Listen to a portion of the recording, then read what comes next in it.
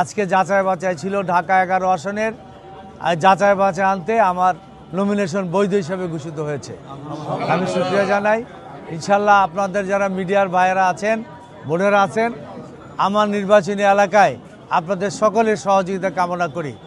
সঠিক জিনিসটা, তথ্যটা আমাদের সামনে তুলে ধরবেন। যেটাই হোক, বাস্তব যে অবস্থাটা সেটা তুলে ধরবেন। আমাদের মধ্যে ভুল থাকলে তুলে ধরবেন। আমরা সংশোধন করে ঢাকা 11 আসনের জনগণকে নিয়ে মাদক, সন্ত্রাস এবং চাঁদা মুক্ত একটি কল্যাণ এলাকা আমি তৈরি করতে চাই। আপনাদের সকলের সহযোগিতা চাই।